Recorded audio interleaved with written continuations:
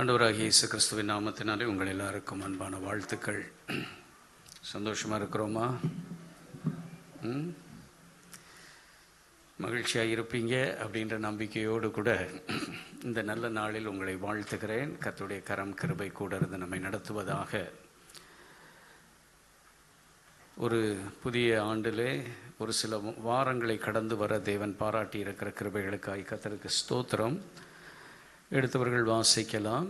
ஏசாயா 40ஆம் அதிகாரம், ஏசாயா 40ஆம் அதிகாரம் 6 முதல் 8 வசனத்தை வாசிக்க கேட்போம். பின்னும் கூப்பிட்டு சொல் என்று ஒரு சத்தம் உண்டாயிற்று. என்னத்தை கூப்பிட்டு சொல்லுவேன் என்றேன். அதற்கு, மாம்சமெல்லாம் புல்லை போலவும் அதன் மேன்மையெல்லாம் வெளியின் பூவை போலவும் இருக்கிறது.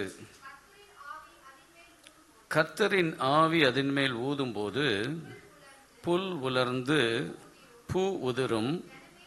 ஜனமே புல், புல் உலர்ந்து பூ உதிரும். நமது தேவனுடைய வசனமோ என்றென்றைக்கும் நிற்கும் என்பதையே சொல் என்று உரைத்தது.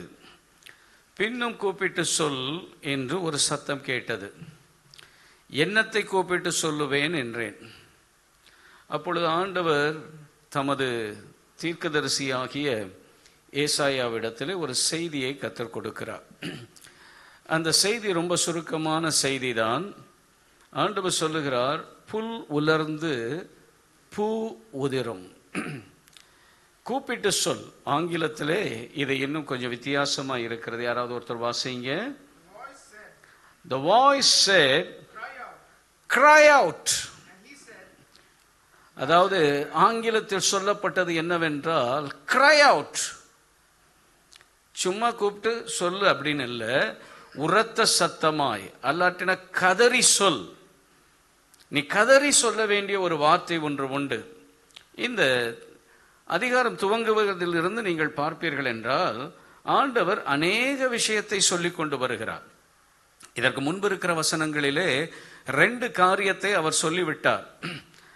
ஆனால் அந்த 2 காரியத்தை சொன்ன பிறகு குறிப்பாக சொல்லுகிறார், நீ சத்தமிட்டு, அல்லாவிட்டால் மற்றவர்களின் கவனத்தை ஈர்க்கும்படி ஈர்த்து ஒரு காரியத்தை நீ அறிவிக்க வேண்டும். ஏன் அப்படி அறிவிக்க வேண்டும் என்று சொன்னால், அதனுடைய செய்தி மிக மிக சுருக்கமான செய்திதான், ஆனால் மிக தெளிவான செய்தி. புல் உலர்ந்து பூ உதிரும். 7ஆம் வசனத்தை ஒரு வாசியுங்கள்.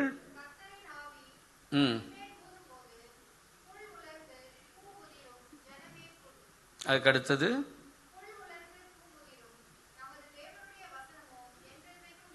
இங்கே சொல்லப்படுகிற காரியங்கள், இந்த காலை வேளையில் வெளியில் நல்ல குளிராக இருக்குது, உள்ளேயும் கொஞ்சம் சில்லுன்னு தான் இருக்குது, அப்படி தானே? ஆனால் கொஞ்சம் நம்முடைய ஆவிக்கு என்ன கொடுப்போம்? கொஞ்சம் ஒரு அனலை நாமாவே உருவாக்கி கொள்ளுவோம். இங்கே இந்த பக்கம் பார்த்தேன், நிறைய சேர்ஸ் ரொம்ப ஃப்ரீயாக இருக்குது. யூத்தெல்லாம் அங்கே உட்காந்துருக்க யூத்தெல்லாம் கொஞ்சம் கை வைத்து காட்டுங்க பார்க்கலாம். அங்கே உட்காந்துருக்கவங்க கொஞ்சம் நல்ல வயத்துங்க, நல்ல வயத்துங்க, நல்ல வயத்துங்க. உனக்கு என்ன பின்னாடி வேலை? ஷாலோம், ஊழியத்துக்கு வந்த பிறகு பின்னாடி உனக்கு என்ன வேலை இருக்கு? ரைட், கை வைத்து காட்டுங்க. ஏன் நீங்க எல்லாம் அங்கே உட்காந்துருக்கிறீங்க? உயர்த்தினவங்க சொல்லுங்களேன், ஏன் அங்கே உட்காந்துருக்கீங்க? பாட்டு பாட 2 பேர் உட்காந்துருக்காங்க. ரைட், முகத்தை நேராக பார்க்க முடியல, அப்படிதானே? அடுத்த வாரம் இங்கே சேர்ஸ் எல்லாம் போட்டுருவேன் நான். யூத்துக்கு இங்கே 3 ரோ இருக்கும். எல்லா யூத்தும் ஃப்ரண்ட் ரோவில் தான் உட்காரணும். இன்னைக்கு ஒரு பையன் முன்னாடி வந்து முட்டி போட்டான். அவரும் ஆராதிக்கல, அவரும் ஆராதிக்கல. அவருக்கு என்னன்னா, பக்கத்தில் இருக்க ஒவ்வொருத்தனையா நோண்டி நோண்டி ஒருத்தன் கண்ணை மூடிட்டான். நான் கண்ணை திறந்துட்டேன்னு தெரிஞ்ச உடனே ஒருத்தன் உஷாராக கண்ணை மூடிட்டான். அவனை தோண்டி தோண்டி தோண்டி அவனை பார்த்து சிரித்து மற்றவன்கிட்ட கிண்டல் பண்ணிட்டு இருந்தான். அதான் பேனாவை விட்டு எறிஞ்சேன். அது கடைசி சிஸ்டர் காலில் தான் போய் பட்டுச்சு போல இருக்கு. அது மாதிரி இந்த பக்கம் பார்த்தேன், பரவாயில்ல, கொஞ்சம் கண்ணு மூடி இருக்குது. ஆண்டவரை ஆராதிக்க வந்துட்டோம் அப்படின்னு சொன்னால் இங்கே பராக்கு பார்த்துட்டு இருக்கக்கூடாது. ரைட்டா? இன்னைக்கு ஒரு சிலரை கவனித்து பார்த்தேன், கொஞ்சம் லேட்டாக வந்தீங்க. லேட்டாக வர மகான்களே கொஞ்சம் காலத்தை பிரயோஜனப்படுத்திக்கிடுங்க. எல்லா நாளும் லேட்டாக வரும் அப்படின்னு சொன்னால் நம்ம ஆவி சரியில்லைன்னு அர்த்தம், கர்த்தருக்கு மரியாதை கொடுக்கலன்னு அர்த்தம். வாழ்க்கையில் லேட் ஆகும், ஆகாமலாம் இருக்காது. ஆனால் எப்பயுமே நான் லேட்டாக தான் வரேன் அப்படின்னு சொன்னால் உனக்கு ஆராதனை என்ன இல்லை, முக்கியம் இல்லை. கல்யாண வீட்டுக்கு போனாலும் அப்படி தான். சில பேர் பார்த்தீங்கன்னா அவன் வீட்டு கல்யாணத்துக்கு அவனே லேட்டாக வரான். என்னத்தை சொல்ல? நான் அதனால தான் இப்போ வரப்போகிற கல்யாணத்துக்கெலாம் சொல்லியிருக்கேன், நீ பத்திரிகையில் என்ன டைம் போட்டியோ அதுலேருந்து அரை மணி நேரத்துக்கு முன்னாடி நான் வந்துடுவேன். நீ போட்ட டைம்லேருந்து 1 மணி நேரம் நான் அங்கே இருப்பேன், அதுக்கப்புறம் நான் கிளம்பி போயிட்டே இருப்பேன். இல்லை அப்படின்னு சொன்னால் இந்த ஆட்டோலாம் வெயிட்டிங்க்கு மீட்ரு போடுவான் தெரியுமா, இனி கல்யாணத்துக்கு நான் வர்றதுனாலே ஒரு 25,000 ரூபா கொடுத்தா தான் நான் வருவேன் அப்படின்லாம் நான் பேசணுன்ட்டு இருக்கிறேன். டைமுக்கு வந்துட்டீங்கன்னா காசே கொடுக்காத, லேட்டாக வந்தீங்கன்னா எனக்கு 25,000 ரூபா ஃபீஸ் கொடுத்தா தான் வருவேன் அப்படின்னு சொல்லிட்டேன்னு வச்சுக்கோங்களேன். என் பொண்ணு கல்யாணத்தில் எனக்கும் அவளுக்கும் சண்டை. முதல் நாள் சாயந்தரம் கொஞ்சம் சீக்கிரம் வந்துடுமான்னு சொன்னால் ஒரே லபோதிபம் அது கத்துது. வாழ்க்கையில் ஒரு நாள் தான், அது கொஞ்சம் முன்ன பின்ன ஆகலாம், நீங்கள் என்ன எல்லாருக்கும் முன்னாடி வச்சு அசிங்கப்படுத்துறீங்க அப்படின்லாம் சொல்லிட்டு கரெக்டாக டைமுக்கு வந்துருச்சு. ஆளை ஆராதனைக்கு வரும்போது டீச்சர் அம்மாலாம் லேட்டாக வரீங்க.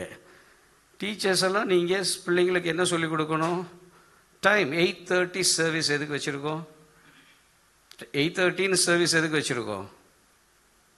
நம்ம ஆடி அசைஞ்சு வர்றதுக்கு அல்ல. 8:30 மணிக்கு, நம்ம காலைல 5:30 மணிக்கு 6 மணிக்கு வரல, சீக்கிரம் வந்து பழகுங்க. ஏனென்றால் ஆண்டவர் சொல்லும்போது ஒன்று சொன்னார், நான் வரதுக்கு முன்னாடி நீ ஆயத்தமாகி அந்த இடத்துல வந்து நில். மோசே போய் ஆயத்தமாகி நிற்கிறான். நீங்கள் லேட்டாக வரும்போது அந்த பரபரப்பு படபடப்பு இதெல்லாம் கர்த்தருடைய வார்த்தையை நீங்கள் கேட்குறதுக்கு உங்களுக்கு இடம் கொடுக்காது. எல்லாருடைய வாழ்க்கையிலும் ஒரு டைம் மேனேஜ்மெண்ட் கரெக்டாக வச்சுக்கிடுங்க. உங்கள் வாழ்க்கையில் டைமை மெயின்டைன் பண்ண ஆரம்பிங்க. எல்லா ஈவெண்ட்டுக்கும் சொல்கிறேன், அது உங்களுடைய முதலாவதான நம்முடைய வாழ்க்கையில் நம்ம மேலே இருக்கிற நம்பிக்கையை மற்றவர்களுக்கு உருவாக்கும். ஆகவே இன்றைக்கு வார்த்தைக்கு போக போகிறோம். அடுத்த வாரம் யூத்ஸ் உங்களுக்கு நீங்கள் சேர்ஸ் போட்டாச்சு, அதனால் கூடுமான வரைக்கும் இங்கே உட்காருங்க. இல்லை பாஸ்டர் முகமாக பார்க்கணுன்னா ஆராதனை வரைக்கும் அங்கே இருங்க. இந்த பிள்ளைங்களாம் எந்திரிச்சு போனதும் நீங்கள்லாம் என்ன பண்ணணும், எந்திரிச்சு வந்து இங்கே கீழே உட்காந்துருங்க. எது சௌரியம் அப்படின்னு பாருங்கள்.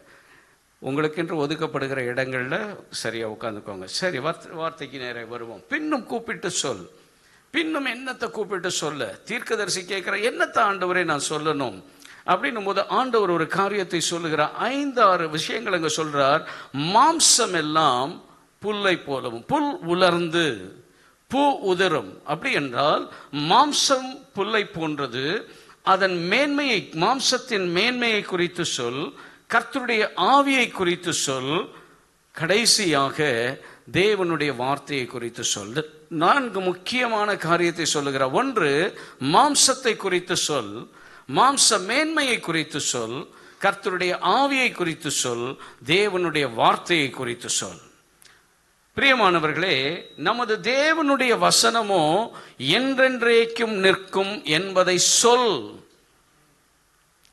அவர் சொல்லிக்கொண்டே வருகிறார். ஏறக்குறைய 39 அதிகாரத்தை ஏசாயாவுக்கு ஆண்டவர் சொல்லிக்கொண்டுதான் வந்தார். இந்த 39 அதிகாரங்கள் முடிந்த பின்பு ஆண்டவர் தொடர்ந்து பேசிக்கொண்டிருக்கிறார். இதற்கு பின்னும் பேசிக்கொண்டே இருக்கிறார். ஆனால் இங்கே குறிப்பிட்ட ஒரு காரியம் என்னவென்றால், அழுத்தம் திருத்தமாய் சொல். நாம் எல்லாரும் கர்த்தருடைய வார்த்தையின்படி வாழ சிருஷ்டிக்கப்பட்டவர்கள் என்பதை நாம் மறந்து போகக்கூடாது. இங்கே உட்கார்ந்து இருக்கிற எல்லாருமே ஆண்டவருடைய வார்த்தையின்படிதான் நாம் வாழ சிருஷ்டிக்கப்பட்டிருக்கிறோம். சகல சிருஷ்டியும் அவருடைய வார்த்தையின்படியே உண்டாக்கப்பட்டது. ஆதியாகமம் 1 அதிகாரத்தில் நாம் பார்க்கும்போது அவர் சொல்லுகிறார், இவைகள் உண்டாக கடவது, இப்படி உண்டாக கடவது, இது உண்டாக கடவது.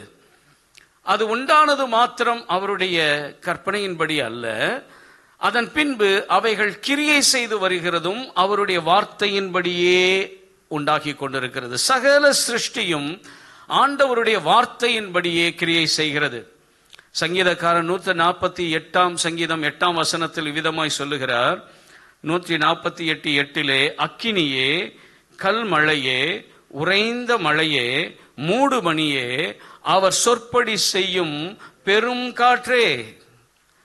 ஆண்டவர் ஸ்ரீலங்காவுக்கு போனா ஸ்ரீலங்காவுக்கு போகும், சென்னைக்கு போனா சென்னைக்கு போகும். இல்லை எங்கேயுமே இல்லை, நீ என்ன பண்ண, அமைதியா கடலுக்குள்ளே இருந்துரும். போன டிசம்பர் மாதத்துல பயங்கர கருத்து கணிப்புலாம் இருந்துச்சு இல்ல, ஒரு புயல். ஆனா அந்த புயல் சுத்த விட்டுச்சு பாருங்க. ஏன் அப்படின்னா அவர் சொற்படி செய்யணும். அந்த புயலை பார்த்து அவங்க சொன்னது என்னன்னா, அது அப்படி எழும்புன வேகத்துல அப்படியே அமைதி ஆயிடும்.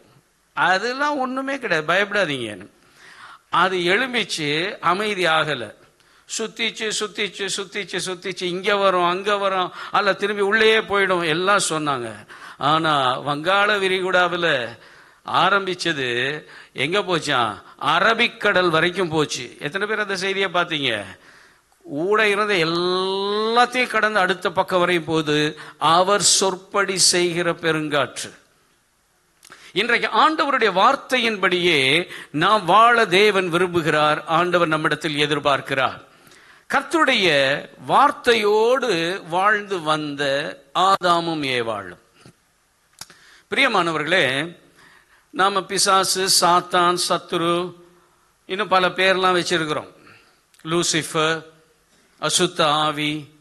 இதனுடைய பிரதான பணி என்ன அப்படின்னு சொன்னா, தேவனுடைய வார்த்தையை விட்டு உங்களை வழி விலக பண்ணுகிறது, அல்லது கர்த்தருடைய வார்த்தையை விட்டு உங்களை பிரிப்பது.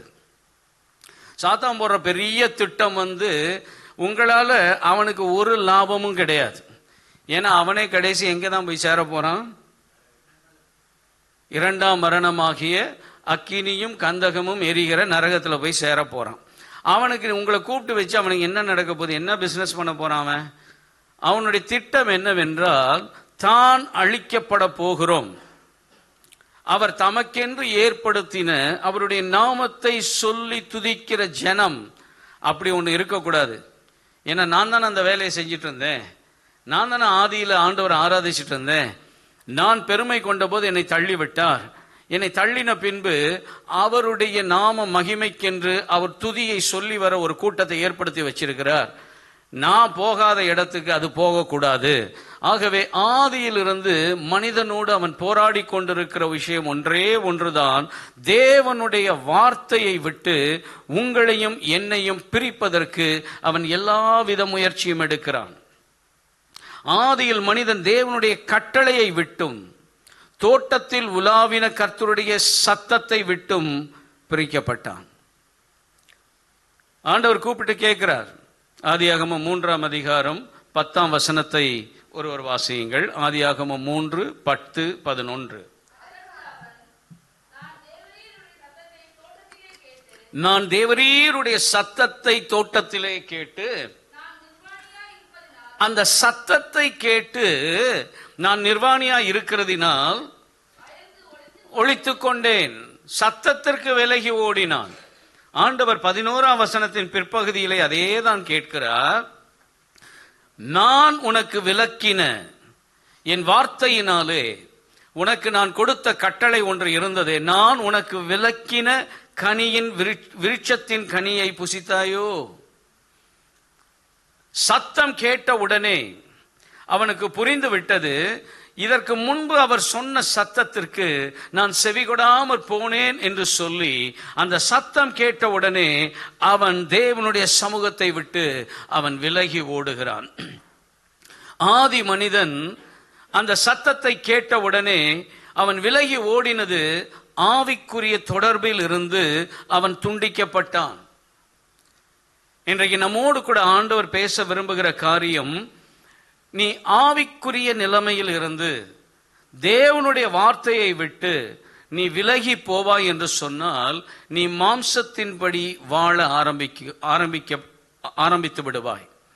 ஆதாம் என்றைக்கு கர்த்தருடைய சத்தத்தை அவன் தோட்டத்தில் கேட்டு விலகி போனானோ, அதற்கு முன்பு தேவன் சொன்ன வார்த்தையை விட்டு அவன் விலகி போனானோ, அவன் மாம்சத்தின்படி தீர்மானம் எடுக்க வேண்டிய கட்டாயத்திற்கு தள்ளப்பட்டான். ஆண்டவருடைய வழிநடத்துதல் இல்லாத ஒரு இடத்திற்கு கடந்து போனான். ஆண்டவரும் மனிதனோடு பேச ஒரு மத்தியஸ்தரை தேட ஆரம்பித்து விட்டார். ஆகவே தான் ஆண்டவர் யாரெல்லாம் பக்தியோடு கொஞ்சம் தேவனை தேட வேண்டும் என்று இருந்தார்களோ அவர்களோடு மாத்திரம்தான் ஆண்டவர் இடைபட முடிந்தது. ஆண்டவரோடு நெருங்கி நடக்கிற மனுஷனுக்கு மாத்திரம்தான் வரப்போகிற அழிவை குறித்து ஆண்டவர் சொன்னார். ஏனோக்கின் இடத்திலே ஆண்டவர் சொன்னார், இந்த உலகம் அழிய போகிறது என்று சொல்லி. ஆகவே அவன் தன்னுடைய பிள்ளைக்கு பெயர் வைத்தான். என்ன பெயர் வைத்தான்? இவன் சாகும்போது அது நடக்கும். பிள்ளைக்கு பேர் எப்படி வச்சாங்க? இன்னைக்கு நம்ம எல்லாம் எப்படி எல்லாம் பேர்லாம் தேர்றோம்னா, பேர் குழந்தை பிறந்த உடனே கிறிஸ்தவ குடும்பத்தில் இந்த ஹீப்ரூ புக்குக்கு என்ன பண்ணுது, வேலை வந்துடுது. ஒரே ஹீப்ரூவில் இப்படி சொல்லியிருக்கு, கிரீக்கில் இப்படி சொல்லியிருக்கு, லாட்டினில் இப்படி சொல்லியிருக்கு. தப்பு கிடையாது, வச்சுக்கிடுங்க. ஆனால் புரிகிற மாதிரியும் உச்சரிக்கிற மாதிரியும் பெயர் சொல்லுங்க, வச்சுங்க. நல்லா பேர் வச்சாலே ஸ்கூல் லைஃப்பில் எப்படி இருக்கும், அதுக்கு 10 பேர் கண்டுபிடிச்சிருப்பாங்க. சரியா? நம்ம நல்ல பேர் வச்சிருந்தாலுமே அதுக்கு ஏதாவது நையாண்டித்தனம் பண்ற சிலதெல்லாம் இருக்கும். நிறைய பேர் இன்னைக்கு பேர் வைக்கிறோம், பிள்ளை இப்படி இருக்க வேண்டும் என்ற பெயர் வைக்கிறோம், நல்லதுதான். அதை கொஞ்சம் தமிழும் கலந்து வச்சாலும் தப்பு கிடையாது. நான் எனக்கு ரொம்ப பிடிச்ச பேர்ல ஒரு சில பேர் பார்த்தீங்கன்னு வச்சுக்கோங்களேன், முற்காலத்தில் நான் நிறைய பேர் சந்திச்சிருக்கேன். நற்குணம், சர்க்குணம், இப்படி சில பேரை பார்த்தீங்கன்னு வச்சுக்கோங்களேன், இட் இஸ் ஆல் குட். ஆனா இவர் ஒருத்தர் பேர் வைக்கிறாரு, ஆண்டவர் சொல்லிட்டாரு ஒரு அழிவு வரப்போகிறது ஏனோக்குக்கு. அவர் தனது பிள்ளைக்கு பேர் வைக்கிறார் மெத்துசலா. மெத்துசலா அப்படின்னு சொன்னா இவன் சாகிற நாள்ல அது நடக்க போகுது. மெத்துசலா அதற்கு பிறகு அவனுக்கு லாமேக்கு என்று ஒரு பிள்ளை பிறந்தான். அந்த பிள்ளை சீக்கிரம் இறந்து போயிட்டான். அவன் பிள்ளையாகிய நோவா. மெத்துசலா 969 ஆண்டுகள் உயிரோடு இருக்கிறதுக்கு ஒரு காரணம் என்னவென்றால், அவன் செத்தால் அந்த மழை வர வேண்டும். அவன் செத்தால் பூமி தன்னிடத்தில் இருக்கிற தண்ணீரை கொடுக்க போகிறது. சரியாக நோவாவினுடைய 600வது வயதிலே ஆண்டவர் சொன்ன காரியம் நடக்கும் போது ஏனோக்கு தன் பிள்ளைக்கு பேர் வைத்த சம்பவம் நடந்தது. ஒரு மனிதனை கர்த்தர் தேடுகிறார், தன் வார்த்தையை பேச. ஒரு நோவாவை கர்த்தர் தேடுகிறார், கொஞ்சம் சுத்தமுள்ள மனுஷனையா. ஒரு ஆபிரகாமை கர்த்தர் தேடுகிறார், ஒரு பக்தி உள்ள சந்ததியை இவன் மூலமாய் நான் உருவாக்கி விட வேண்டும். ஒரு மோசையை கர்த்தர் தேடி கண்டுபிடிக்கிறார், தன் செய்தியை சொல்ல. என்றைக்கு மனிதர்கள் மாம்சத்தின்படி வாழ ஆரம்பிக்கிறார்களோ அவர்களோடு தேவன் பேசுவது மிக கடினமாகிவிடும். மாம்ச எண்ணங்களோடும் சிந்தையோடும் திட்டத்தோடும் ஒரு மனிதன் வாழ ஆரம்பிக்கும் போது நம்முடைய வாழ்க்கையிலே ஆண்டவருடைய சமூகத்தை, வார்த்தையை இழந்து விடுவோம். ஒருவன் தேவனுடைய ஒத்தாசையின்றி வாழ ஆரம்பிக்கும் போது அவனுடைய மாம்ச எண்ணங்களும் மாம்ச தீர்மானங்களும் மாம்ச முயற்சியும் மாம்ச வெற்றிகளுமே அவனுடைய வாழ்க்கைக்கு மேன்மையாய் தெரியும். நம்முடைய வாழ்க்கையில பல நேரத்தில் நாம் மாம்சத்தின்படி வாழுகிற வாழ்க்கையை அல்லது தேவனுடைய ஆலோசனைக்கு புறம்பே வாழ்கிற வாழ்க்கையை ரொம்ப பெரிய மேன்மையாய் எண்ணிக்கொண்டிருக்கிறோம். என் அருமையானவர்களே, புல் உலரும், பூ உதிரும். நீ எதை மேன்மை? மாம்சமெல்லாம் புல்லை போலவும் அதன் மேன்மை எல்லாம் பூவை போலவும் இருக்கிறது. இன்னைக்கு அந்த பூவை தான் வைத்து நாம் அலங்கரிக்க நமக்கு நாமே யோசனை செய்து கொண்டிருக்கிறோம். எப்பொழுது மேல் சொன்ன காரணங்கள் நம்முடைய வாழ்க்கையில் மேன்மையாய் மாறுகிறதோ அவருடைய வாழ்க்கையில் கர்த்தரும் கர்த்தருடைய வார்த்தையும் கர்த்தருடைய ஆவியும் இடைவிட மாட்டார். ஒரு உலக காரியத்தை அல்லது எனக்குள் எழும்பின சில காரியத்தை நான் முக்கியப்படுத்தி அதை பெரிதுபடுத்தி வைக்கும் போது தேவனுடைய வார்த்தை எனக்கு வராது, தேவனுடைய ஆவி என்னிடத்திலே செயல்படாது, கர்த்தரும் என்னோட கூட இருக்க மாட்டார். ஆகவே தான் ஆண்டவர் சொன்னார், தகன பலியை பார்க்கிலும் செவி கொடுக்க சேர்வதே நலம். அருமையானவர்களே, கர்த்தருடைய வார்த்தை என்றென்றைக்கும் நிற்கும். நீங்களும் நானும் சொன்ன வார்த்தை சின்ன வயசுல ஒரு பிள்ளைகிட்ட போய் நீங்க கேட்டீங்கன்னு வச்சுக்கோங்க, நிறைய சொல்லும். நான் பைலட் ஆக போறேன், நான் போலீஸ் ஆக போறேன், நான் டாக்டர் ஆக போறேன், நான் இன்ஜினியர் ஆக போறேன், நிறைய விஷயத்தை பேசுவோம். அப்படிதானே?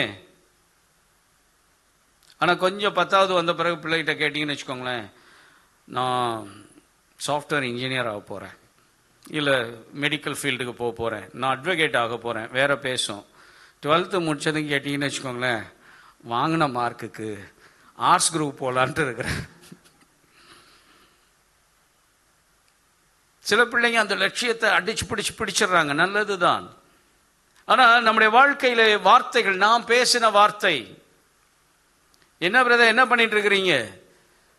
சில பேர் பார்த்தீங்கன்னா தான் படித்தவைகள் அல்லது தான் திட்டமிட்டவைகளுக்கு நேர் எதிரான ஒரு தொழில் செய்து கொண்டு இருப்பார்கள். என்னாச்சு? இதை செய்ய ஆரம்பிச்சிருக்கேன், போயிட்டு இருக்குது. கர்த்தர் சொன்னார் என்றால் எந்த இடத்துலையும் சேஞ்சஸே வராதுங்க.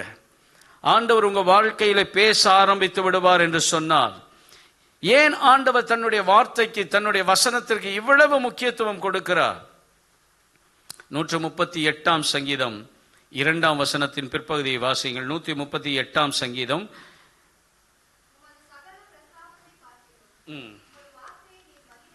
உமது சகல பிரஸ்தாபத்தை பார்க்கிலும் உமது வார்த்தையை நீர் மகிமைப்படுத்தி இருக்கிறீர். ஆண்டவருக்கு தம்முடைய வாயிலிருந்து புறப்படுகிற வார்த்தை ரொம்ப முக்கியம். வேத வசனம் சொல்லுகிறது, தமது வார்த்தையை அவர் தரையிலே விழவட்டாமல். கர்த்தர் ஆகாபின் குடும்பத்துக்கு விரோதமாய் சொன்ன கர்த்தருடைய வார்த்தைகளில் ஒன்றும் தரையில் விழவில்லை. அவர் விரோதமா சொன்னாலும் அப்படிதான், ஆதரவா சொன்னாலும் அப்படிதான். அவர் வாயிலிருந்து ஒன்று புறப்பட்டால் அது காரியத்தை செய்து முடித்து திரும்பி அவர்கிட்ட போய் ரிப்போர்ட் பண்ணுமா. நீங்க என்ன அனுப்புனீங்க, நான் நீங்க சொன்ன காரியத்தெல்லாம் செஞ்சிட்டேன்னு சொல்லி அந்த வார்த்தை வெறுமையாய் வராமல், அந்த வார்த்தை அவர் சொன்ன காரியத்தை செய்து முடித்து வரும். ஆகவே தான் கர்த்தர் தமது வார்த்தையை குறித்து மிக மிக கவனம் உள்ளவர். அவர் சொல்லியும் செய்யாதிருப்பாரோ? அவர் மனம் மாற மனுபுத்திரன் அல்ல. இப்படிப்பட்ட தேவனுடைய மேன்மையான வார்த்தையை விட்டு இன்றைக்கு உங்களை பிரிக்கிறது தான் சத்துருவினுடைய மிகப்பெரிய சதி.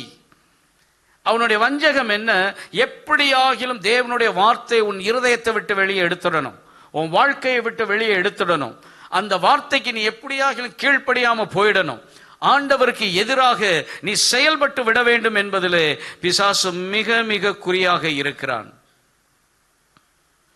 ஏன் ஆண்டவர் திரும்ப திரும்ப தமது வார்த்தையை குறித்து இவ்வளவு சொன்னார்? யோவான் தன்னுடைய சுவிசேஷத்தை எழுதும் போது அதை குறித்து இன்னும் விவரமாக எழுதுகிறார். யோவான் 1ஆம் அதிகாரம் 1-2 வசனங்களை வாசிப்போம். ஆதியிலே வார்த்தை இருந்தது, அந்த வார்த்தை தேவனிடத்தில் இருந்தது, அந்த வார்த்தை தேவனாய் இருந்தது. போதும். 4ஆம் வசனம், அவருக்குள் ஜீவன் இருந்தது. கர்த்தருக்கு மகிமை உண்டாவதாக. ஆண்டவர் ஏன் தனது வார்த்தையை கனப்படுத்துகிறார், பிரஸ்தாபப்படுத்துகிறார், மகிமைப்படுத்துகிறார் என்று சொன்னால், அந்த வார்த்தை அது வெறும் நீங்களும் நானும் உச்சரிக்கிற வெறும் சத்தம் அல்ல. அந்த சத்தத்தை தாண்டி வார்த்தை இருந்தது, அந்த வார்த்தை தேவனிடத்தில் இருந்தது, அந்த வார்த்தை தேவனாயிருந்தது. இன்றைக்கு நீங்கள் பேசுகிற, நான் பேசுகிற வார்த்தைகளிலும் ஆண்டவர் ஒரு சில அதிகாரத்தை வைத்திருக்கிறார். ஆனால் அவருடைய வார்த்தை அவராகவே வெளிவருகிறது. தேவன் உங்களிடத்தில் ஒன்றை பேசுகிறார் என்றால் அவர் உங்களுக்கு உள் இருந்து செயல்பட விரும்புகிறார். அந்த வார்த்தைக்குள் உயிர் இருக்கிறது, அந்த வார்த்தைக்குள் ஜீவன் இருந்தது. அந்த ஜீவன் உங்க வாழ்க்கையில, என் வாழ்க்கையில வெளிச்சமாய் இருக்கிறது. பிரியமானவர்களே, ஆதியில் ஆதாம் இழந்தது வெறும் சத்தத்தை மாத்திரம் அல்ல, வார்த்தையை மாத்திரம் அல்ல. ஆண்டவர் சொன்னார்ல, சாகவே சாவா என்று தேவனுடைய எச்சரிப்பு ஒரு பழத்தை குறித்தது அல்ல. ஐயோ இந்த பழம் விஷம் நிறைந்த பழம், இதை சாப்பிட்டுட்டீங்கன்னா செத்து போயிடுவேன்னு ஆண்டவர் சொல்லல. அதை விட முக்கியமானது, நான் செய்யாதே என்று சொன்ன வார்த்தை இருக்கிறது பாரு, அந்த வார்த்தை மிக மிக முக்கியம். இன்றைக்கு நம்முடைய வாழ்க்கையில தேவன் நமக்கு சொல்லுகிறதை நாம் மீறுகிறோமா, அதற்கு கீழ்ப்படுகிறோமா என்பதை தேவன் கவனித்து பார்த்து கொண்டே இருக்கிறார். ஆதாம் என்றைக்கு தேவன் செய்யாதே என்றதை அவன் செய்ய முற்பட்டானோ, அன்றைக்கு அவனுக்குள், அவனை சுற்றிலும் ஒரு மரண வாசனை அவனை சூழ்ந்து கொண்டது. என் அருமையானவர்களே, நம்முடைய வாழ்க்கையிலே தேவனுடைய வார்த்தை நம்மை விட்டு வெளியே போகும்போது, தேவனுடைய வார்த்தை நம்மை விட்டு வெளியே போகும்போது, ஆவி, தேவன் தந்த ஜீவ ஆத்துமா இருக்கு தெரியுமா, அந்த ஜீவன் நம்மை விட்டு வெளியே போயிடும், ஆத்துமா இருக்கும். யாருடைய வாழ்க்கையிலே அந்த ஜீவன் வெளியில போகுதோ உங்களுடைய ஸ்பிரிச்சுவல் டெத் ஏற்பட்டுச்சுன்னு அர்த்தம். ஆதாம் ஜீவனை இழந்தான். ஆகவே தான் ரோமருக்கு எழுதும் போது பவுல் சொல்லுகிறார், 5ஆம் அதிகாரம், ரோமர் 5ஆம் அதிகாரம் 12ஆம் வசனத்தை நாம் வாசித்தால் அது புரியும். இப்படியாக ஒரே மனுஷனாலே பாவமும் மரணமும் உலகத்திலே பிரவேசித்தது போல, போதும், ஒரே மனுஷனாலே மரணம் பிரவேசித்தது போல. அப்படி என்றால் ஆதாமுடைய மரணத்தை பின்னாளிலே கர்த்தர் சொல்லுகிறார், சரீர மரணம். ஆனால் தோட்டத்தில் இருந்து அவன் வெளியேற காரணமாய் இருந்த கர்த்தருடைய வார்த்தை அவனை விட்டு வெளியே போன போது, இங்க உட்கார்ந்திருக்கவங்க எல்லாருடைய வாழ்க்கையிலும் ஆண்டவர் தமது வார்த்தையை திரும்ப உள்ள வைக்கிறதுக்காகத்தான் இயேசு கிறிஸ்துவை இந்த பூமிக்கு அனுப்பினார். அவர் ஜீவ வார்த்தையாய் புறப்பட்டு வந்தார். அதைத்தான் யோவான் தன்னுடைய சுவிசேஷத்தில் எழுதுகிறார். அந்த வார்த்தை மாம்சமாகி கிருபையினாலும் சத்தியத்தினாலும் நிறைந்தவராய் நமக்குள்ளே வந்து வாசம் பண்ணி மீண்டும் தமது வார்த்தையை அவர் கொடுக்க ஆரம்பித்தார். ஒரு மனிதன் தேவனுக்கு கீழ்ப்படியாமல் போகும்போது நம்ம உலகத்தில் எப்படி பேசுறோன்றது முக்கியம் கிடையாது. இப்ப இருக்கக்கூடிய கிறிஸ்தவர்கள், வாலிபர்கள் எல்லாத்தையும் திடீர்னு கூப்பிட்டு ஒரு வசனத்தை எடுத்து பேசு அப்படின்னு சொன்னா ரொம்ப அழகா பேசுவாங்க. ஏன் அப்படின்னா கம்யூனிகேஷன் நல்ல டெவலப் ஆயிடுச்சு. நீங்க அவன்கிட்ட என்னத்தை கேட்டாலும், ஒரு நாள் ஒரு குட்டி பையன் இருந்தான், அவனுக்கு அவன் கிளாஸ்ல இருக்கிற ஒரு பொண்ணை ரொம்ப பிடிக்கும். எல்கேஜி படிக்கும்போது அந்த பொண்ணு பேரை சொல்லி பேரண்ட்ஸ் சொல்றாங்க, அவன்கிட்ட கேளுங்களேன், அவன் பெஸ்ட் ஃப்ரெண்ட் யாருன்னு கேளுங்களேன் அப்படின்னு. தபால்னு இன்ஸ்டண்டா, ரொம்ப சலனமே இல்லாம ஒரு ஆம்பளை பையன் பேரை சொல்லிட்டான் என்கிட்ட. ஆனா உண்மையிலே அவருக்கு பிடிச்சது என்னன்னா, அந்த கிளாஸ்ல பக்கத்துல உட்கார்ற ஒரு பொண்ணு தான் பிடிக்கும். அவனுக்கு தெரிஞ்சு போச்சு, வீட்டில் சொல்லிட்டான் பொண்ணு பேரை. ஆனா இவர்கிட்ட போய் சொல்லிட்டு இவர் ஏதாவது சொல்லுவாரான்னு, எல்கேஜி படிக்கிறது ரொம்ப, அதாவது சர்வசாதாரணமா ஸ்பான்டேனியஸா உள்ள இருந்து வருது. என்ன அப்படின்னா, ஒரு ஆம்பளை பையன் பேரை சொல்லிட்டான். அந்த பேரண்ட்ஸ் அப்படி தகைச்சு போயிட்டாங்க. இல்ல இல்ல இல்ல, இந்த பேர் கிடையாது, வேற பேர். No no no no, this one அப்படின்ட்டு அவர். என் அருமையானவர்களே, இன்னைக்கு நம்முடைய வாழ்க்கையில பல நேரங்களில் பல காரியங்களை நாம் செய்கிற நம்முடைய இந்த சூழ்நிலைகளை கொஞ்சம் கவனிச்சு பாருங்க. ஆண்டவர் தமது ஜீவனை நமக்குள் வைக்க விரும்புகிறார். ஜீவன் இல்லாத இடம் மரணத்தினால் நிறைந்திருக்கிறது. தன் உள்ளத்தில் தேவன் தந்த ஒளியை ஆதாம் இழந்து விட்டான். ஆண்டவர் உள்ள வச்சிருந்தார்ல, அவர் என்ன சொன்னாரு, வார்த்தை இருந்தது, அந்த வார்த்தைக்குள் ஜீவன் இருந்தது, அந்த ஜீவன் ஒளியாய் இருந்தது. இப்ப வார்த்தை வெளியில போயிடுச்சு, கூடவே என்ன போயிடுச்சு, ஜீவனும் போயிடுச்சு. ஜீவன் போயிடுச்சுன்னா வேற என்ன போகும், வெளிச்சமும் போயிடுச்சு. வெளிச்சம் இல்லை என்றால் நீ அந்தகாரத்தில் இருப்பாய். ஆகவே தான் கிறிஸ்து இந்த பூமிக்கு வரும்போது சொன்னார், மரண இருளின் திசைகளில் இருக்கிறவர்களுக்கு பெரிய வெளிச்சம் உதித்தது.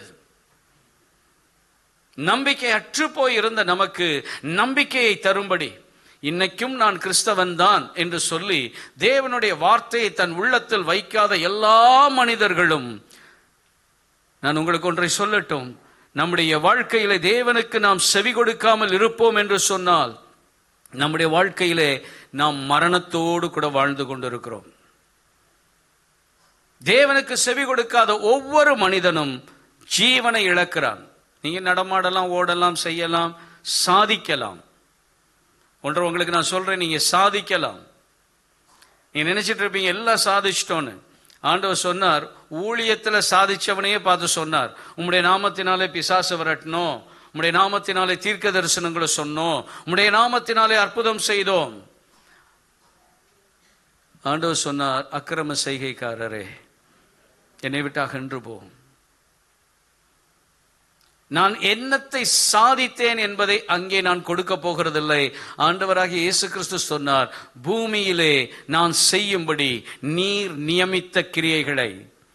அருமையான தம்பிமார், அருமையான பிள்ளைங்களே, உங்க வாழ்க்கையில தேவன் உங்களை குறித்து என்ன வைத்திருக்கிறார் என்பதை நீங்கள் முதலாவது புரிந்து கொள்ளுங்கள்.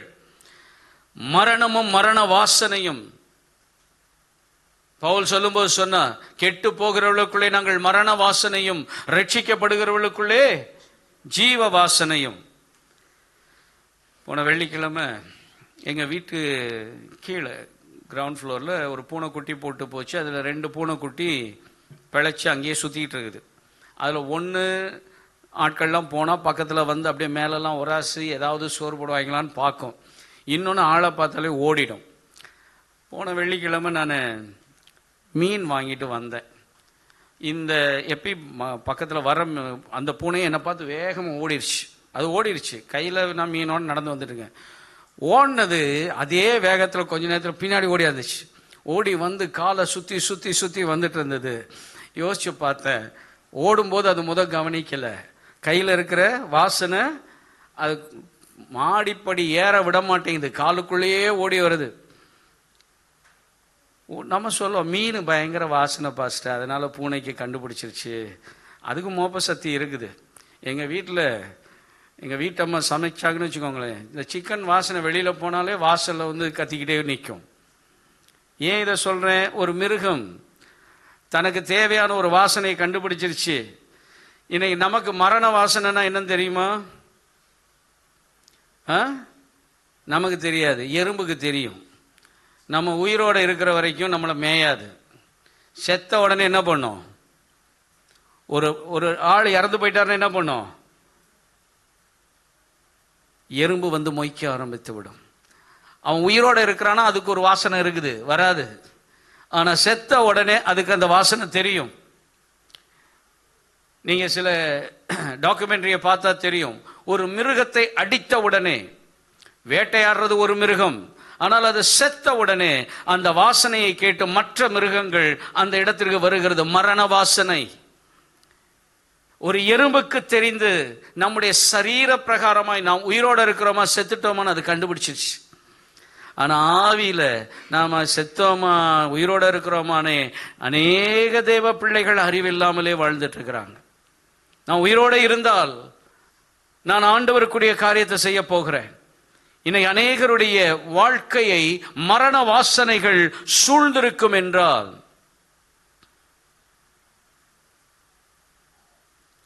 நாம் நிச்சயமாகவே தேவனோடு நெருங்கி நடக்க முடியாது.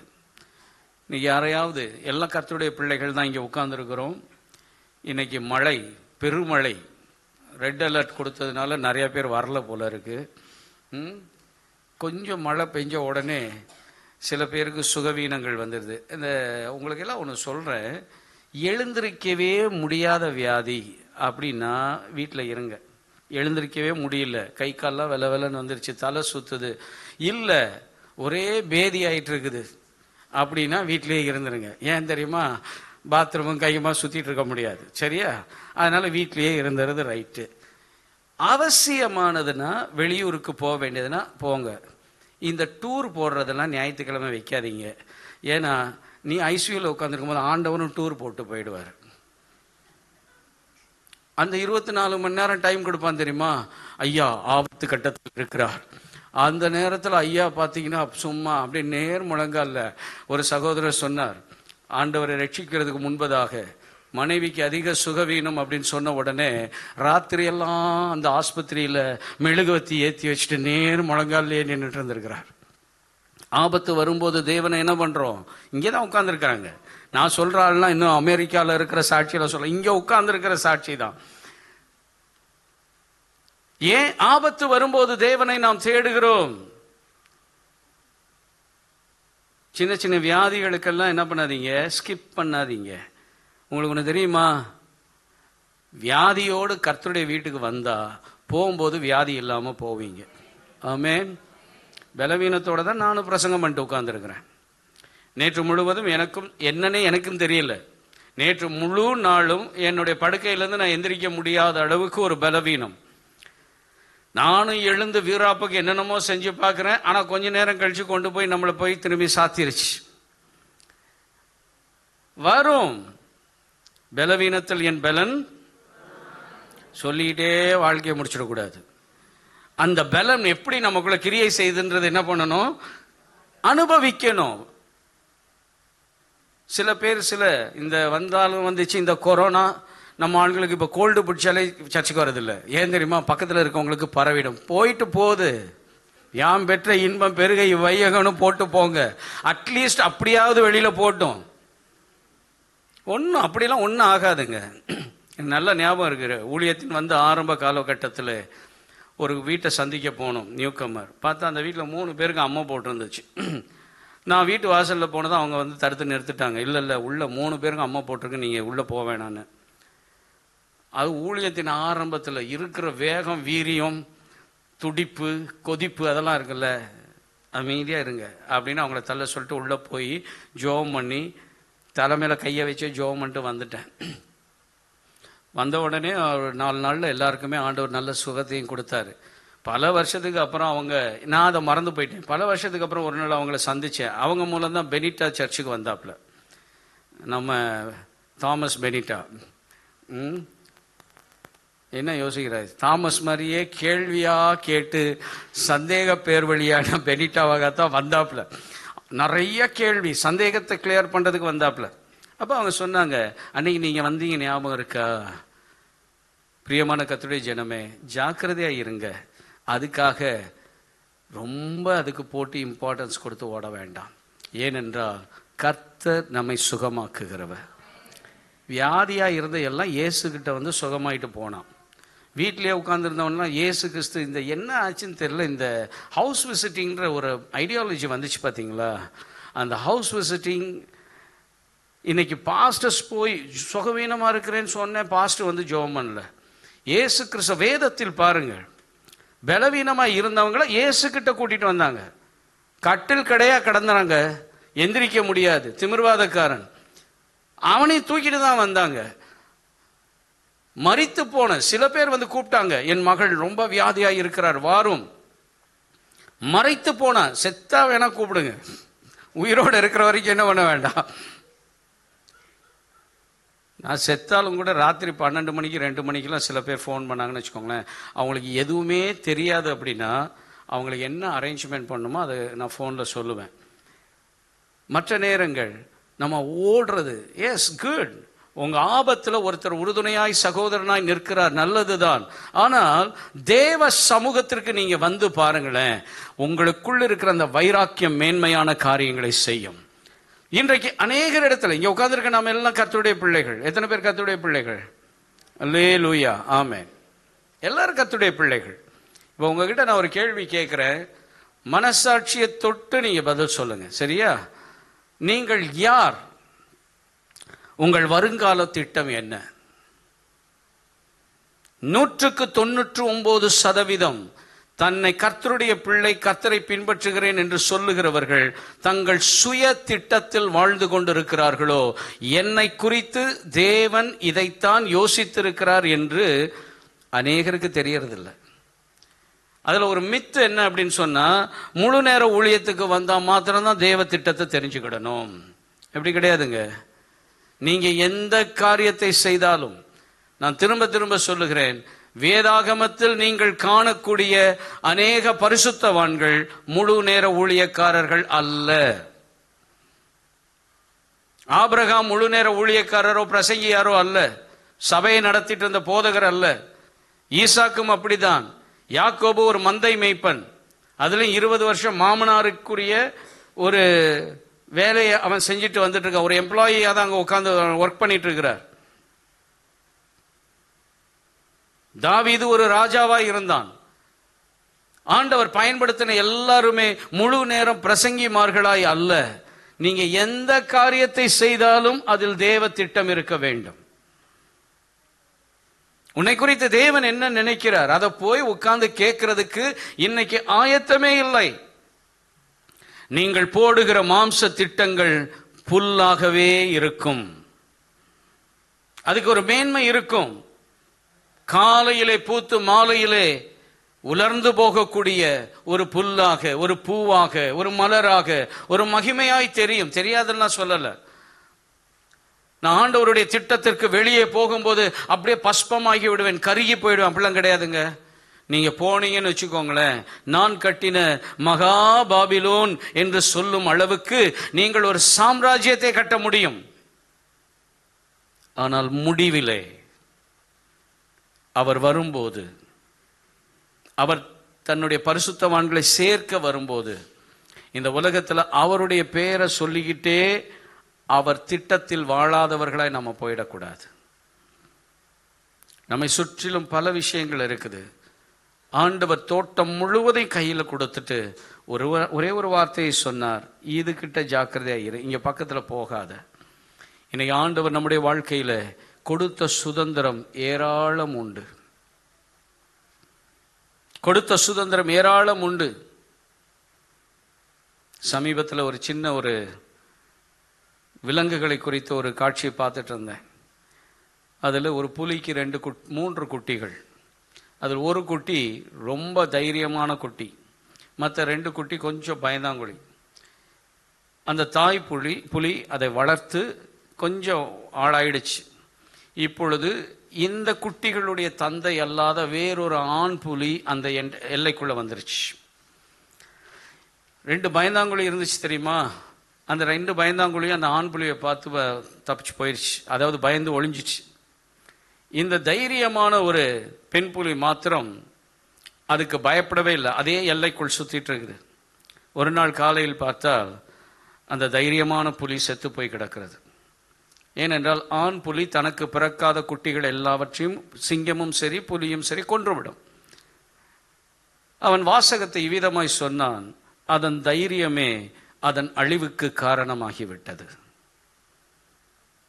அதுக்கடுத்து 2 குட்டியை குறித்து ஒரு வார்த்தை சொன்னான். அந்த 2 குட்டியும் காலத்தின் நிர்பந்தத்தினாலே தனியே போகிறது.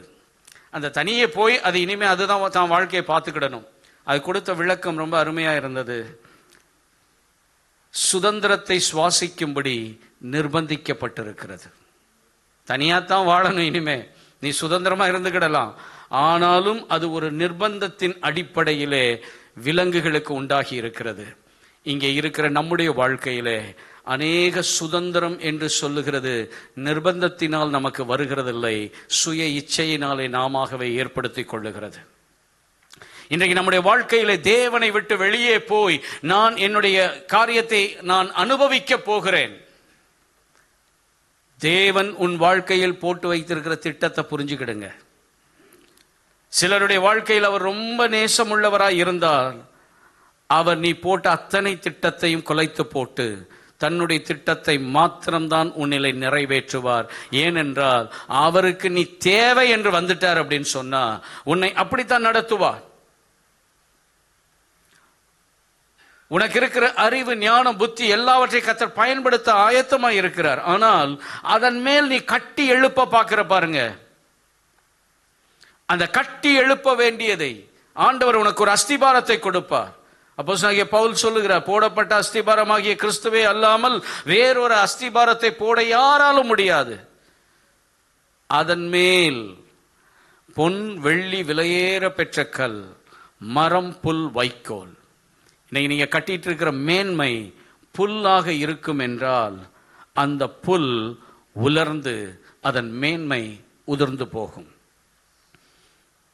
ரோமர் 8ஆம் அதிகாரம் 14ஆம் வசனத்தை வாசிக்க கேட்போம். ரோமர் 8:14.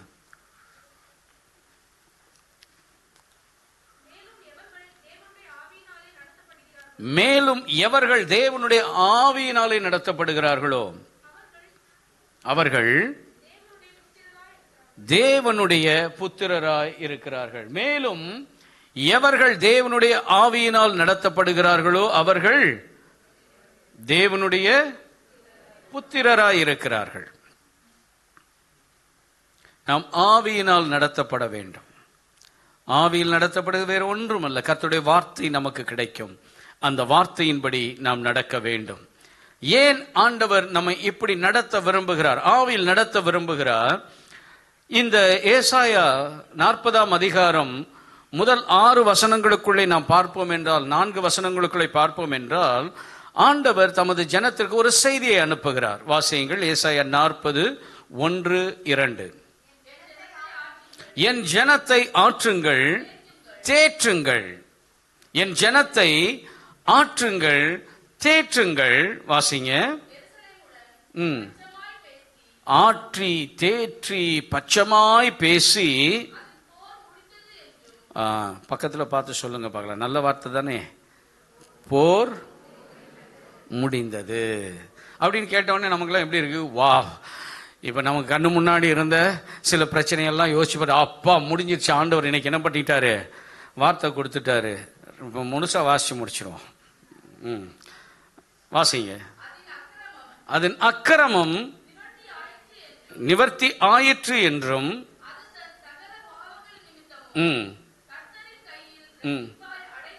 சமத்தியா வாங்கி கட்டிச்சுன்னு சொல்லி அதற்கு சொல்லுங்கள். போர் முடிந்தது, அக்கிரமம் நிவர்த்தி ஆயிற்று. அது ஆண்டவர்கிட்ட என்ன பண்ணிச்சான்? சமத்தியா வாங்கி கட்டிச்சு. எல்லாம் முடிஞ்சு போச்சு. ஏன் வாங்கி கட்டிச்சு? 2ஆம் வசனத்தை வாசிச்சிருங்க. 2ஆம் வசனம் தான் வாசிச்சோம். ஏன் ஆண்டவர் இந்த எருசலேம் யாரோடு போர் முடிந்தது? மொத்தத்துக்கு முடிஞ்சிருச்சு. தங்கள் சத்ருவின் கையிலிருந்து அவர்கள் விடுதலையாக்கப்பட்டிருக்கிறார்கள். ஆனால் சத்ருவின் கையில கொடுத்தது யார்? ஏன் கர்த்தர் கொடுத்தார்? தேவனுடைய வார்த்தைக்கு அவர்கள் விலகின போது சத்ருவின் கையில் ஒப்பு கொடுக்கப்பட்டார்கள். அதைத்தான் ஆண்டவர் திரும்பி 3ஆம் வசனத்திலையும் சொல்றாரு. வழியே சரியில்லை, ஒரு ரூட்டே சரியில்லாம தான் போயிட்டு இருக்குது. வழி என்ன பண்ணு? ஆயத்தப்படுத்து.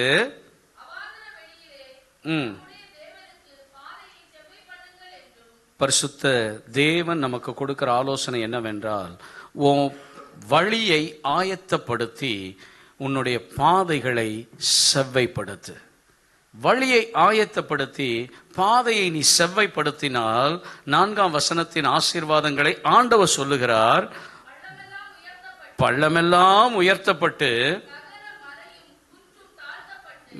சகல மேடுகளும் தாழ்த்தப்பட்டு செவ்வையாகி சமமாக்கப்படும்.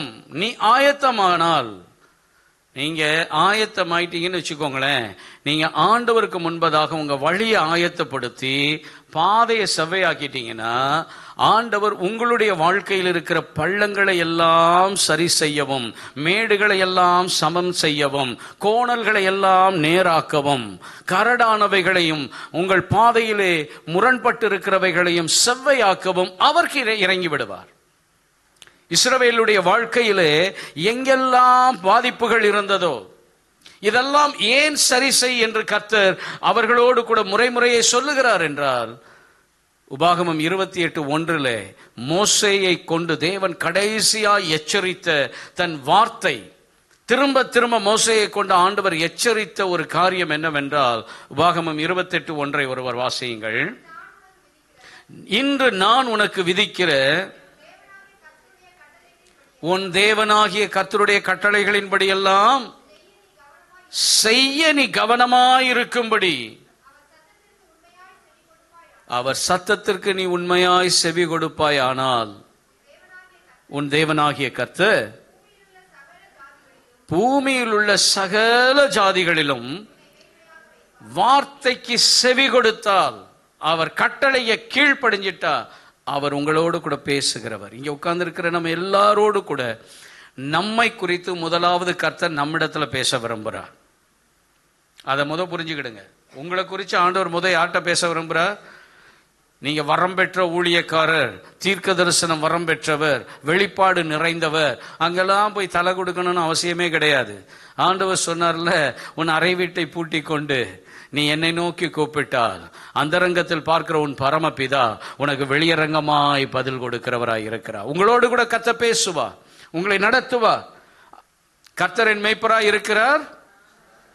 அவர் என்னை அமர்ந்த தண்ணீர் அண்டையிலே அப்போ அவர் கொண்டுட்டு போகிறது எனக்கு கேட்கணும்.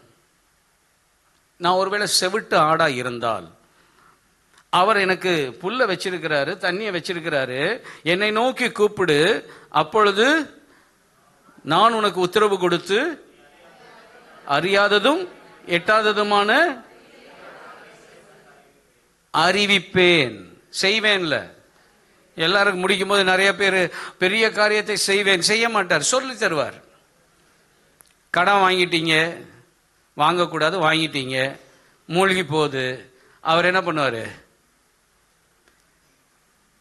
பண்ணுவார்? அதிலிருந்து மீண்டு வர உங்களுக்கு ஆலோசனை கொடுப்பார். ஒரு விஷயத்தை நல்லா புரிஞ்சுக்கிடுங்க, நிறைய சிக்கலுக்கு காரணம் நம்முடைய இச்சை. வாங்கும்போது கர்த்தர்கிட்ட போயெல்லாம் கேட்கறது கிடையாது. கடன் அடைக்கும் போது மாத்திரம் எங்கே போய் கேட்கறது?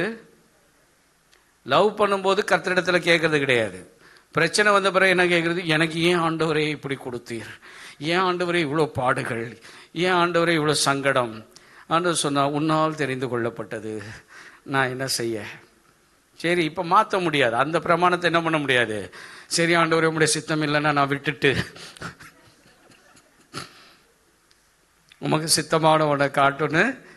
திருமணம் முடிஞ்சிச்சுன்னா முடிஞ்சிச்சு. அவர் அதை கனப்படுத்துறார். நீ சரியா செஞ்சாலும் தப்பா செஞ்சாலும் அதை மாத்திரம் ஆண்டவர் என்ன பண்றாரு? விவாக மஞ்சம் யாவருக்குள்ளும் கனம் உள்ளது. மற்ற எல்லா விஷயத்தையும் உங்க வாழ்க்கையில ஒரு தவறு செய்யும் போது, ஓடும் போது, பிசினஸ் ஆரம்பிக்கும் போது கர்த்தரிடத்துல கேட்கறது இல்லை. அது கவுதடிச்சு கீழே விழுந்த உடனே பாஸ்டர் ஜெபம் பண்ணுங்க, ஆண்டவரை இருந்து என்ன வெளியே கொண்டு வரணும். கொண்டு வர மாட்டாருன்னு எங்களுக்கும் தெரியும். ஏன் தெரியுமா? கொண்டு வந்தாருன்னா நீ இன்னொரு பிஸ்னஸ் செய்வ, திரும்பியும் கவுந்துப்ப. அதனால நாங்கள் எங்களுக்கு சில நேரத்தில் மெல்லவும் முடியல, விழுங்கவும் முடியல. நாங்கள் பல நேரத்தில் பரமண்டலங்களில் இருக்கிற எங்கள் பிதாவேன்னு கூப்பிட்றதுக்கு பதிலாக கண்ணெதிர இருக்க என் சகோதரனை நீ கேட்க நான் ஒரு ஜெபம் செய்கிறேன், உன் மனசுக்கு ஆறுதலாக இருக்கட்டும் என்ன பண்ணுறோம்? செய்ய வேண்டியதாயிடுது. இவங்களுக்கு அப்படியே ஆறுதலாக இருக்கணும். ஆண்டவர் ஏன் என்ன மீட்டெடுக்கணும்? திரும்பி நான் தவறு செய்யல. அவர் நம்மை நேசிக்கிறார், நமக்கு ஆலோசனை கொடுக்கிறார், நம்மை நடத்தி கொண்டு போவார். நீங்க படிக்க வேண்டியதா இருக்கட்டும், வேலையா இருக்கட்டும், நீங்கள் செய்கிற தொழிலா இருக்கட்டும். இன்னைக்கு காலையில பாஸ்டர் நான் சுகமானேன் நான் சுகமானேன் அந்த பாட்டை பாடினாரு. எத்தனை பேர் காலையில் சுகமாயிட்டீங்க? போய் வீட்டில் போய் டெஸ்ட் பண்ணி பார்க்கணும் பாஸ்டர், சுகம் ஆயிடுச்சா இல்லையா நமக்கு இப்போ தெரியல அப்படின்னுவீங்க. அந்த பாட்டை பாடிட்டு இருக்கும்போது எனக்கு ஒரு வசனமும் ஞாபகம் வந்துச்சு. எல்லாரும் எடுத்து வாசிக்கலாமா? எல்லாரும் எடுத்துக்கலாமா? ரோமருக்கு எழுதின நிருபம் 1ஆம் அதிகாரம் 2ஆம் அதிகாரம், மன்னிக்கணும், ரோமர் 2:4.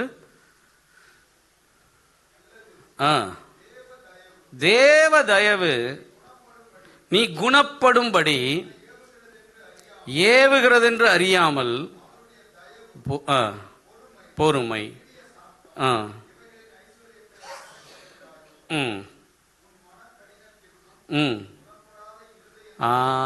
என்ன இருதயத்துக்கு? இதை தான் ஆண்டவர் ஞாபகப்படுத்தினார். நான் சுகமானேன் நான் சுகமானேன். எல்லாத்துக்கும் பைல்ஸ் கம்ப்ளைண்ட் ஞாபகம் வரும், சைனஸ் ஞாபகம் வரும், பேக் பெயின் ஞாபகம் வரும், நெக் பெயின் ஞாபகம் வரும். ஆனால் நமக்குள்ள ஆத்மால ஏற்பட்ட நோய் இருக்கு தெரியுமா, அது ஞாபகத்து வராது. பிள்ளையின் அப்பமா ஆத்மால பெற்றுக்கொள்ளணும்.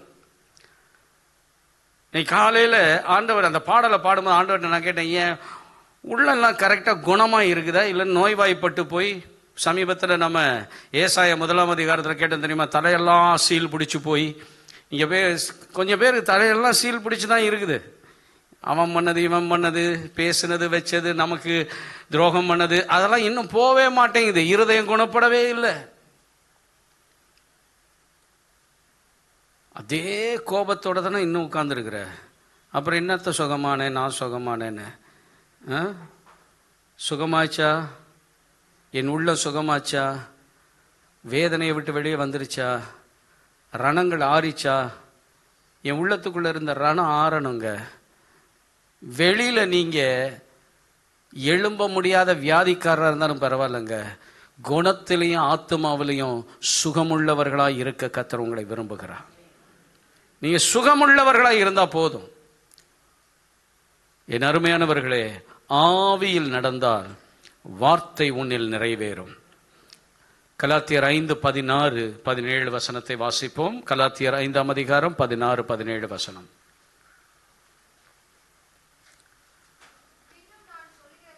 பின்னும் நான் சொல்லுகிறது என்னவென்றால், ஆவிக்கு ஏற்றபடி நடந்து கொள்ளுங்கள், அப்பொழுது மாம்ச இச்சையை நிறைவேற்ற மாட்டீர்கள். மாம்சம் ஆவிக்கு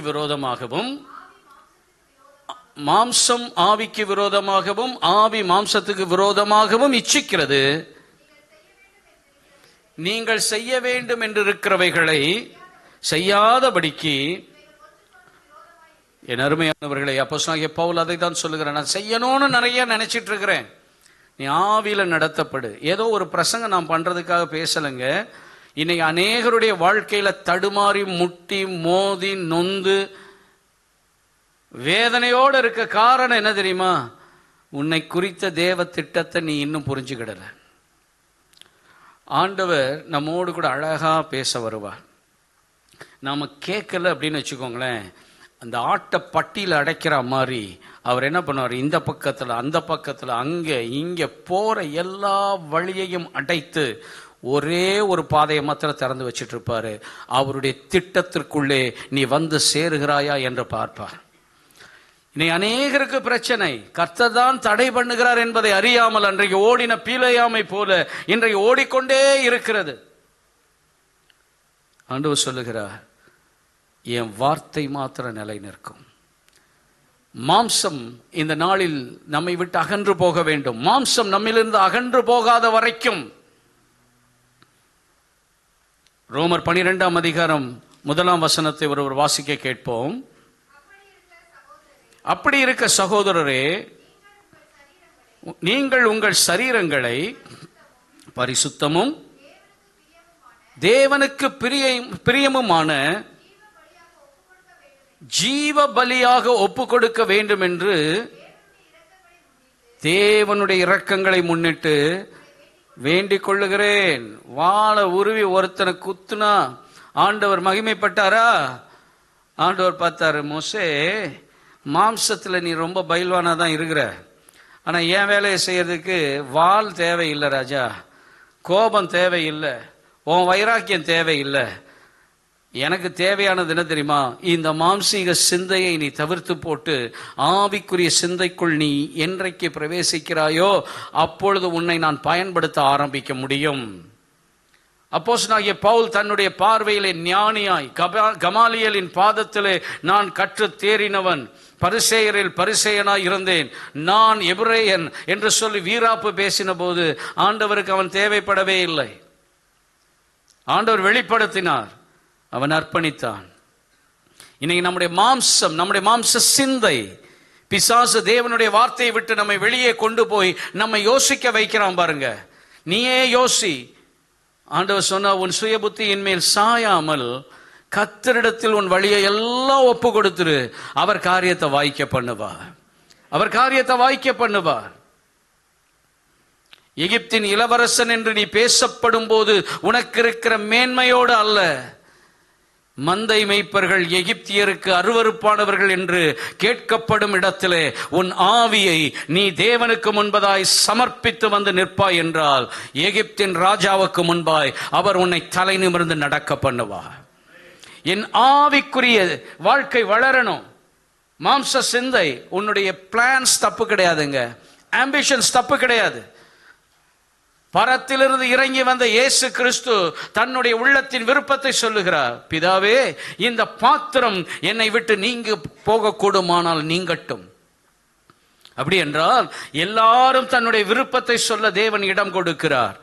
ஆனால் ஆண்டவர் சொல்லுகிறார், என்னுடைய வார்த்தையோ என்றென்றைக்கும் நிலை நிற்கும் என்பதை மறந்து போகாதே.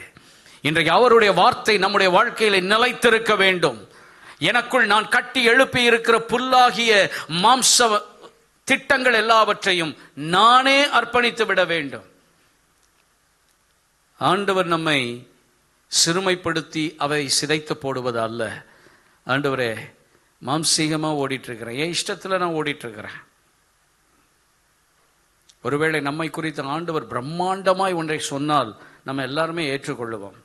ஆடுகளுக்கு பின்னே போன நீ ஜனத்தின் அதிபதியாய் மாறு அப்படின்னு சொன்னார்னா எப்படி தான் இருக்கும்? நல்லா தான் இருக்கும். உன்னதத்தில் இருக்கிற நீ இந்த பூமியில் இருக்கிற மனுஷனுடைய பாவத்தை சுமந்து தீர்க்க இறங்கி போன்னு சொன்னார்னு வச்சுக்கோங்களேன், ரொம்ப கஷ்டமாக இருக்கும். நம்மை குறித்து அவர் என்ன திட்டம் வைத்திருக்கிறாரோ. அப்போஸ்தலனாகிய பவுல் எல்லாரையும் துன்பப்படுத்தினான். ஆண்டவர் அவனை அழைத்த போது சொன்னார், என் நாமத்தின் நிமித்தம் என் பேரை சொன்னால் எவ்வளோ கஷ்டப்படணும்னு நான் அவனுக்கு சொல்லி தருவேன். அதுதான் பவுலுக்கு ஆண்டவர் காட்டின ஒரு காரியத்திலே ஒரு ரகசியம். அதனால தான் அவன் எவ்வளோ அடிப்பட்டாலும் அவன் சொல்லிட்டான், மனரம்யமாக இருக்க கற்றுக்கொண்டேன். இந்த நாமத்தை நான் உச்சரித்தால் அடி வாங்குவேன் தெரியும். நீ கிறிஸ்தவனாக இருந்தால் பாடுபட வேண்டிய ஒரு சூழ்நிலை உண்டு. நீ நிறைய பேர் சொல்றது என்னன்னா, நான் கர்த்தருக்குள் வந்துட்டேன்னா எந்த பிரச்சனையும் இருக்காது, அப்படியே பட்டர்ஃப்ளை மாதிரி பறந்துக்கிட்டே இருப்பேன். உலகம் உன்னை பகைக்கும். ஏன்னா உலகம் இருளில் இருக்கு. நீ திடீர்னு லைட் அடிச்சுன்னா என்ன இருக்கும்? 4 பேர் சேர்ந்து சாராயம் குடிச்சிட்டு இருக்கான்னு வச்சுக்கோங்க, அவன்கிட்ட போய் ஒரு டார்ச் லைட் எடுத்து அடிங்க, நீ லைட் அடிப்ப, அவன் என்ன பண்ணுவான்? உன்னை அடிப்பான். ஏன்னா அவனே மறைஞ்சு உட்காந்து ஓரமாக எவனும் பார்த்துடக்கூடாதுன்னு இருக்கிறான். அப்போ பாவம் செய்கிற இடத்துக்கு பாவிகளுக்கு நடுவில் நீ பிரகாசிச்சுட்டேன்னு வச்சுக்கோங்களேன், உங்களை பகைப்பான். ஒருவன் கிறிஸ்தவனாய் இருந்து பாடுபட்டால் சந்தோஷப்பட கடவன். ரத்தின சுருக்கமாய் முடிக்க விரும்புகிறேன். நீ மாம்சத்தில் போட்டிருக்கிற திட்டங்கள் எல்லாம் இருக்கட்டும். நீ இன்ஜினியரோ, டாக்டரோ, அட்வொகேட்டோ, அல்லாவிட்டால் நீங்கள் ஒரு சின்ன கம்பெனி ஆரம்பிக்க போகிறீங்களோ, ஒரு கம்பெனியில் வேலை செய்ய போகிறீங்களோ, வீட்டில் தான் இருக்கக்கூடிய பெண்மணியாக இருங்க, யாராக இருங்க, உங்கள் வாழ்க்கையை குறித்த தேவ திட்டத்தை ஆண்டவரிடத்தில் கேட்டு தெரிஞ்சுக்கிடுங்க. எதுக்கு உண்டாக்கினீங்க ஆண்டவரே? நான் என்னத்தை செஞ்சு முடிக்கணும்? கல்லறைக்கு போகும்போது நிறைய பேர் சாட்சி சொல்லுவாங்க. ஆனால் உயிரோடு இருக்கும்போதே கர்த்தர் நம்மை குறித்து சாட்சி சொல்லுகிறவர். ஆண்டவர் நம்மை குறித்து வச்சிருக்கிறார் திட்டத்தை. அவர் சொல்லுவார், புலம்பிகிட்டே இருக்கீங்க தெரியுமா, நான் ஏன் வாழ்கிறேன்? வாழ்க்கைக்கு ஒரு அர்த்தமே இல்லையா? இருக்கு. அவர் வச்சிருக்கிறார், ஒரு அர்த்தத்தை வச்சிருக்கிறார். நீ அடுப்புக்கடியில் கிடந்தாலும் நீ வெள்ளி சிறகுள்ள புறாக்களைப் போல உன்னை மாற்றவும் அவர் திட்டம் வைத்திருக்கிறார். தன்னுடைய அடுப்பாங்கரையில் உட்கார்ந்திருந்த ஒரு ஸ்திரீக்கு கூட ஒரு சிசராவை அனுப்பி இஸ்ரவேலுக்கு ஒரு பெரிய ஜெயத்தை உண்டு பண்ண ஒரு திட்டத்தை கர்த்தர் வைத்திருந்தார். ஆண்டவர் உங்களை பயன்படுத்த போகிறார். தேவ வார்த்தையை விட்டு, தேவ திட்டத்தை விட்டு உங்களை பிரிக்க சத்துரு திட்டமிடுகிறான். கர்த்தர் சொல்லுகிறார், மாம்சத்தை தூக்கி போட்டு விடு, அது ஒரு நாள் உலர்ந்து போகும், அந்த மேன்மையெல்லாம் பட்டு போகும். ஆனால் என் வார்த்தையில் நீ நிலைத்திருப்பாய் என்று சொன்னால் என் வார்த்தை உன்னை சுமக்கும். அந்த வார்த்தை உன்னை மாத்திரமல்ல, தலைமுறை தலைமுறையாக உங்களை தாங்கி நடத்தும் என்பதிலே எந்த சந்தேகமும் இல்லை. கண்களை மூடுவோமா?